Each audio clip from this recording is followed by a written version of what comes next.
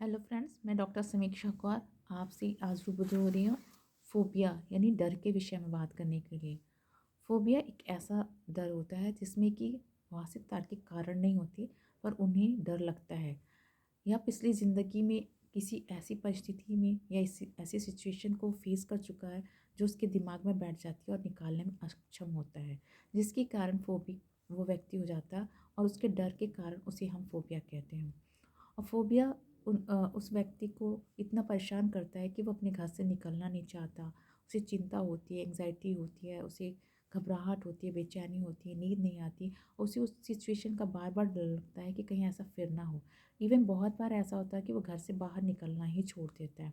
जैसे रास्ते चलते किसी कोई ऐसी घटना किसी व्यक्ति के संग घट गई हो, जैसे कि किसी बच्चे के संग मान लो किसी बच्चे को किसी ने बात बचपन में उसके संग ऐसी शरारत की हो जो कि उसके लिए सहना बहुत मुश्किल हो, और वो चीज़ें उसके दिमाग में बैठ गई हो। बार बार वो चीज़ें जब उस तरह के व्यक्ति को उस तरह की जगह को देखेगा तो उसे बार बार वो चीज़ें याद आती है, जिसके कारण वो अपने आप को घर में सुरक्षित ज़्यादा महसूस करता है। सड़क पे जाने से उसके इसलिए डर लगने लग जाता है।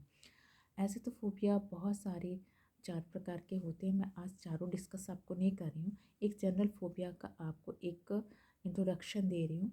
आगे मैं फोबिया को अच्छे से डिफ़ाइन करूँगी ताकि फोबिया के और पार्ट्स को आप अच्छे से समझ सकें और अपने आसपास के दोस्त, मित्र और पड़ोसियों को मदद कर सकें। अगर इस तरह की कोई भी परिस्थिति या सिचुएशन हो या परेशानी हो तो आप उनको समझ सकें, बच्चों में या बड़ों में। ये किसी में भी हो सकती है फोबिया। ऐसा नहीं कि बच्चों में होती है या बड़ों में होती है। ये एक विकार है, मानसिक विकार है जो किसी में भी हो सकता है, जिसमें अनायास डर होता है। किसी चीज़ के लिए अनायास डर। वो डरते तो सभी लोग हैं कभी ना कभी किसी सिचुएशन, किसी परिस्थितियों से।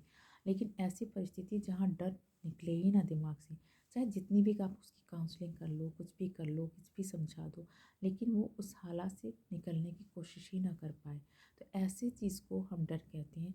जिसे बार बार समझाने के बावजूद बार बार उस व्यक्ति को भी समझ में आता है कि ऐसी चीज़ है, हो सकता है मैं जाऊँ और फिर ना हो। इतना समझने के बावजूद वो फिर भी वो सिचुएशन को क्रिएट नहीं कर पाता कि वो उससे लड़ सके, उस परिस्थितियों को से लड़ सके। इसलिए वो बार बार क्या होता है, उसी चीज़ को वो रिकॉल करके डर जाता है और वो चीज़ें बिहेव नहीं करता।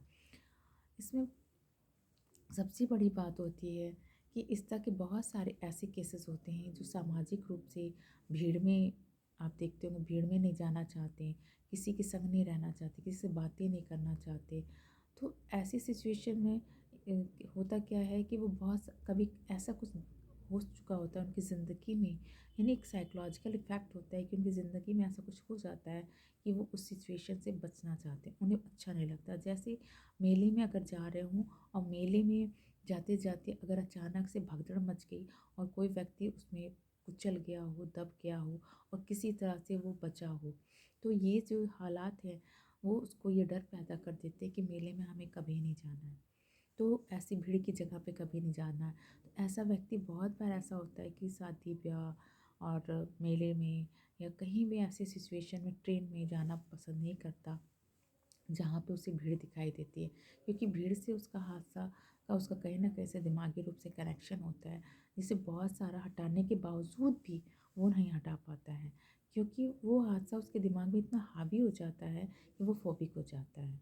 तो सबकी सबसे बड़ी बात होती है किसी भी साइकोलॉजिकल चीज़ों में आपकी विल कैसी है। अगर विल आपकी स्ट्रांग है तो आपको कोई भी साइकोलॉजिकल चीज़ें नहीं होंगी। विल जब आपका पावर विल पावर आपकी वीक होती है तभी आप साइकोलॉजिकल बीमारियों से ग्रस्त होते हैं।